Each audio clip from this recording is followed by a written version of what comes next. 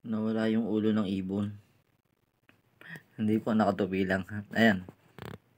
Sa mga oras po na to, meron na po akong bagong 100 peso bill na polymer banknote. Ayan. At ayan po yung see-through window niya. Mayroon sa left side, mayroon sa right side.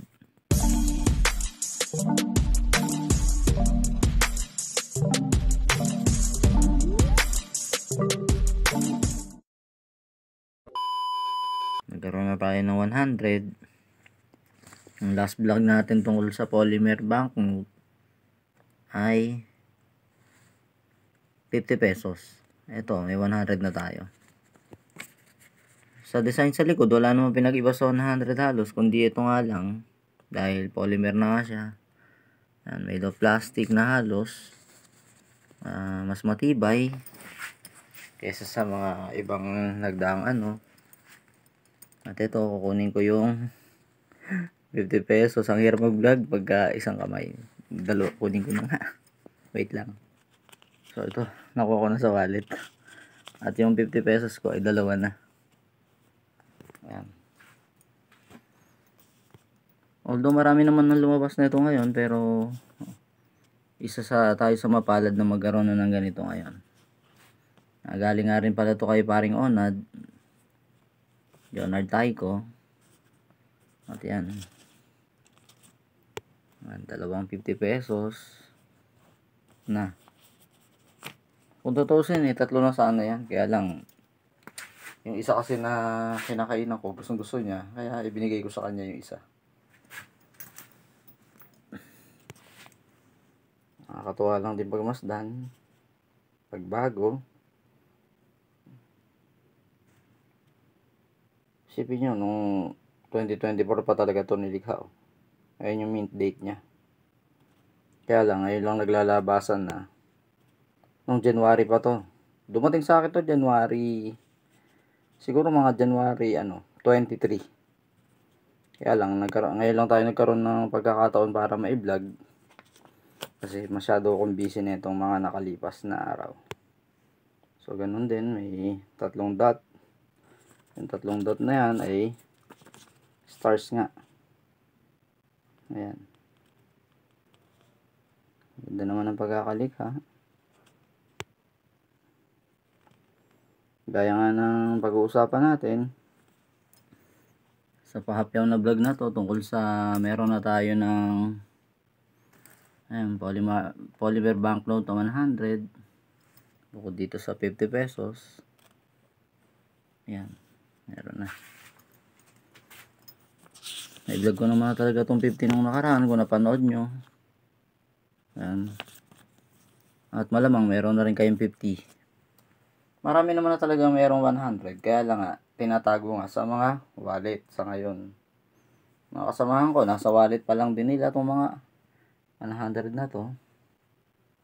Yan, ingatan ko rin talaga. Baka yan, nagkaroon nga ng another content na naman tungkol nga sa polymer banknote na 100. Inaantay ko na lang talaga, magkaroon din tayo ng 500. Yan, ngayon. Ito ngayon yung bagong gagana sa sirkulasyon ng Pilipinas.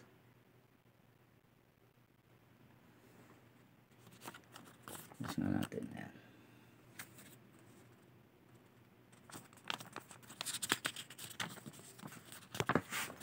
Ang alay ako, mupo ako. Ang hirap ko na ng ano doon.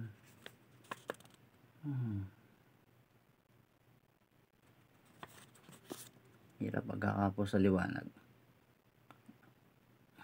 Ano yung pinagpala ang bayan, ang Diyos ay ang Panginoon.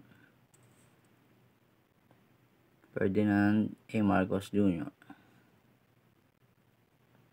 Tagapangasiwa ng Bangko Sentral si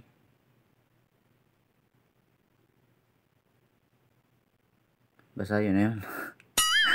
So yun lang, updated lang naman. In-update ko lang kayo na meron na ang channel natin ng bagong 100 na personal. May bago na tayong, kung meron na tayong 50, yan, dalawang 50 na. Meron tayong 100 naman ngayon. Nga lang yan. Kaya ganyan ko lang siya tinutupi kasi although pwede naman siyang tupiin pa ng isa, kaya lang siyempre iniingatan din natin yung salaping papel ng Pilipinas. Pero ngayon, salaping polymer banknote na ng Pilipinas. The new 100 peso bill polymer banknote. Meron na rin tayo sa wakas. Sa personal, although gagamitin din naman natin to sa sirkulasyon, kaya lang binlag ko lang para makita natin pare-parehas ng personal kung ano ang itsura ng 100. Yan. Walang pinag-iba sa dating 100. Ang kaibahan lang talaga sa design, parehas lang. Kaibahan lang talaga, yan, plastic na siya. Kumbaga polymer banknote na siya.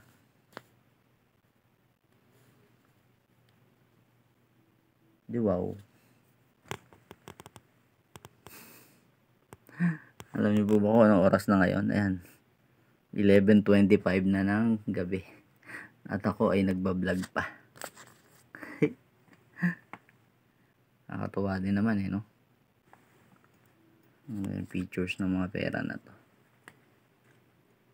Yun lamang po para sa 100 pesos 100 peso bill na bagong iikot sa bansang Pilipinas. Ito po ay patay sa mga nasagap ko lang.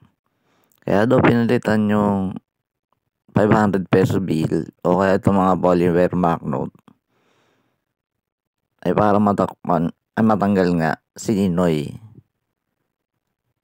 Dahil alam nyo na sa nakalipas na mga labanan ng angkan nila. Totoo kaya ito?